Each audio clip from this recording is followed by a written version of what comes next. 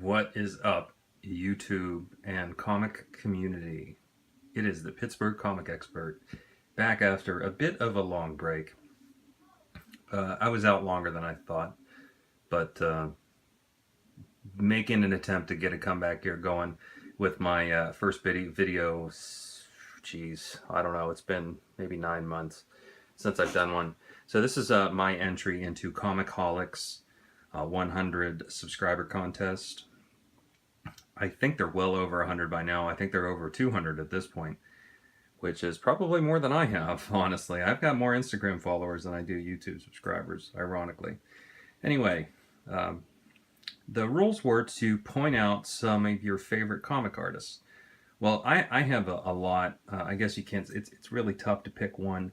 But if I had to go back and let's just say the artist that got me into collecting comics in the beginning, I would have to give that credit to Todd McFarlane. So I'm going to start with my favorite Todd McFarlane cover here, which is a classic. That's actually signed by Peter David, but this is actually a classic cover here, Hulk 340. McFarlane had a real limited run on the Hulk. I believe it was 330 to 346. And frankly, I'm not a fan of how he drew the Hulk. I'm more of a fan of how he does Wolverine and Spider-Man. So let's get started with this one. So Hulk 340, now there are a lot of imitations on this one, but before I actually start showing off the ones I've accumulated over the years, Rob Liefeld actually told me once that when I met him at a con, that this was not McFarlane's original idea. He said that the original Reflection idea belonged to this man, Art Adams, and he said that this is the inspiration for all of the covers. Now I can see similarities in there with the mask and the weapon and everything. However, nobody remembers Marvel Fanfare 13. I mean, if we really want to play the reflection game here, you can go back to Spider-Man 55, which is John Romita, who's one of my favorites as well, and give that the claim for the reflection. By the way, that's a classic cover too. So moving on to some of the reflection swipes that I've accumulated. I mean, some of these are clear. You know, Terror Inc. number 9. This is a Marvel Zombies number 3 from volume 1. Powerless number 5. Spawn 30. So this one even says after McFarlane, and then here is a McFarlane and a Capullo. Spawn 37, Spawn 226, clear knockoff. Ninja Turtles 22 from the current volume. That says after McFarlane, and then there's the Virgin variant for that one. And then this is a recent from Vegas Comics and Planet Awesome. That's G.I. Joe number 1. I guess they're reconstructing the G.I. Joe universe there. And then we've even got some some more subtle. We've got the Weapon X, the most recent Weapon X, as well as this Weapon X number 7 that has Weapon H with Sabretooth, Wolverine, and Domino in the reflection. And then you can even go back to a Liefeld cover here. Deathstroke 12. And the last one here, John Boy Myers did, which I actually really like that cover. I never read the book, but the Teen Titans Rebirth number 1. I think that's a pretty badass cover with Damian Wayne on the front. But as you can see, if you can see on my backdrop here, cover swipes are, I guess, the nature of the business these days, because we've got the Hulk number 1 taking a swipe at Trimp's artwork there, as well as the black and white. Those are for sale, by the way, in case anybody's interested. I'll gladly send me a message here. Oh, my backdrop is falling. Way to bring my first video back to a complete halt. Anyway, so sticking with McFarlane, I've got a ton. I mean, we've got the Purple Web variant of Torment. This is my favorite cover. The regular Gray Web Spidey head variants. The Gray Web barcode variants. And Murfinator had said this in his video. Well, if you can get past the god-awful Patriots and Red Sox gear he was wearing, that McFarlane kind of reimagined how Spider-Man was created or drawn. So, I mean, you know, the spaghetti string webs and the big eyes. I mean, just look, though. It's become my personal goal to try and obtain as many Torment covers as I possibly can. If I can only find that gold barcode. And then, I mean, even McFarlane's swiping himself. Look at that. Got 3 of these. And then we've even got the Scarlet Spider in here as a McFarlane impersonator. Now, continuing on that trend, we still have Spawn number 8, Spawn 231. These are my Torment covers now. Mighty Mouse 6. It's a loose swipe. Sonic the Hedgehog 95, another loose swipe. Here's a blatant ripoff from Deodato. Dark Avengers number 11. This one doesn't give any credit to McFarlane, but it is a McFarlane swipe.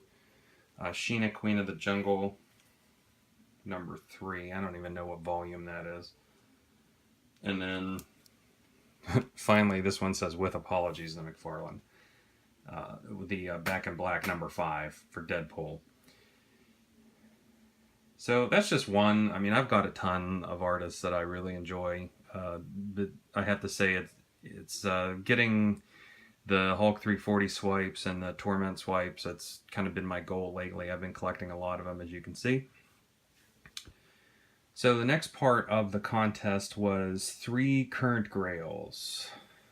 Well, I really have no desire to own any of those mega grails of Action, you know, Batman, Tech 27, Amazing Fantasy 15, Superman 1.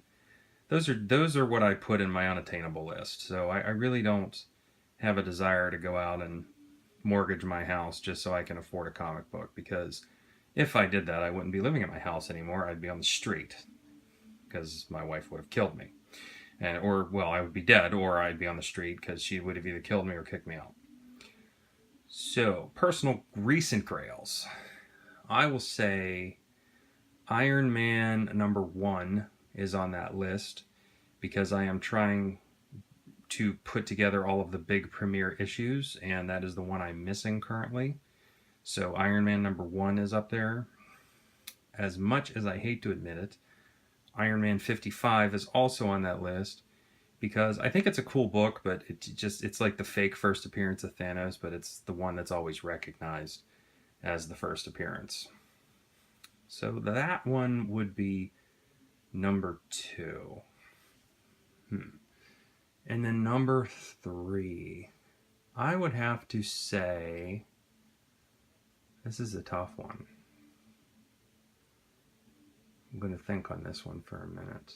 I didn't think the third grail through before posting this, because I mean, I have a lot that were grails. I mean, I've got Hulk 181, Amazing Spider-Man 129, Silver Surfer number 1, Hulk 102, Cap 100. I've accumulated a lot since I've done some, and since I was doing haul videos. I would have to say my third current grail is Walking Dead number 1, just because, I mean, I love that cover. I'm a huge fan of Tony Moore's artwork. If you give me a minute here. I mean, it's definitely up there as one of my favorite, like, books. I probably have every,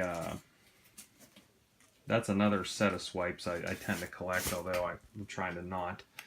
I mean, there's the Image First version, but, you know, I'm definitely out to get the original Walking Dead number 1, and that's going to be kind of challenging. I know a couple of shops that have it, and they want geez, they have a graded 8.0 and they want $1,000 for it. And it's just, for me to get it, I would have to get it in a raffle, I think, which I tend to think raffles are rigged, especially on Instagram, because you can run them as much as you want until you get the person who you want to win to win. So that's kind of, to me, I'm kind of turned off by those raffles. I won one. I'll admit that. I won one, but it was a 10-person raffle. And it was by a person who legitimately raffles. So, her raffles I'll tend to take seriously, but other ones, yeah, I don't know. Just something about them, it turns me off that you could rig it as many times as you want. So anyway, ending my rant about raffles. Otherwise, I would have to work out some kind of a cash plus trade deal for a Walking Dead #1. Iron Man #1, I could probably find one for $200. I could probably go out and find an Iron Man 55 for $200. I just have to put away some money for it and eventually save up to get it and hope that nothing happens. But yeah, Walking Dead #1, that's going to be a tough one. So I'm going to put that on my #3 for Grails. I'm definitely interested in one. I'm not certain what I would do or trade or cash or offer if somebody did actually have one for me that they'd be willing to work with. But hey, let me know. You guys know how to get in touch with me via direct message, and I usually respond pretty quickly. All right, well, go check out Comichaulics' channel. I'm going to try to post a link into my description on my video here. And I am glad to be back in the YouTube community. It has been far too long. I've been more active on Instagram lately, and I know some of you guys have actually followed me over there, and I've equivocably followed you as a result. So, I will put my Instagram contact info in the description, as well as you probably would have seen it in the intro. All right, guys. Well, Comichaulics, good luck on your channel. I wish you guys well. I hope you guys grow fast, and I'm sure we'll be watching each other's videos soon. I'm certain. Take care.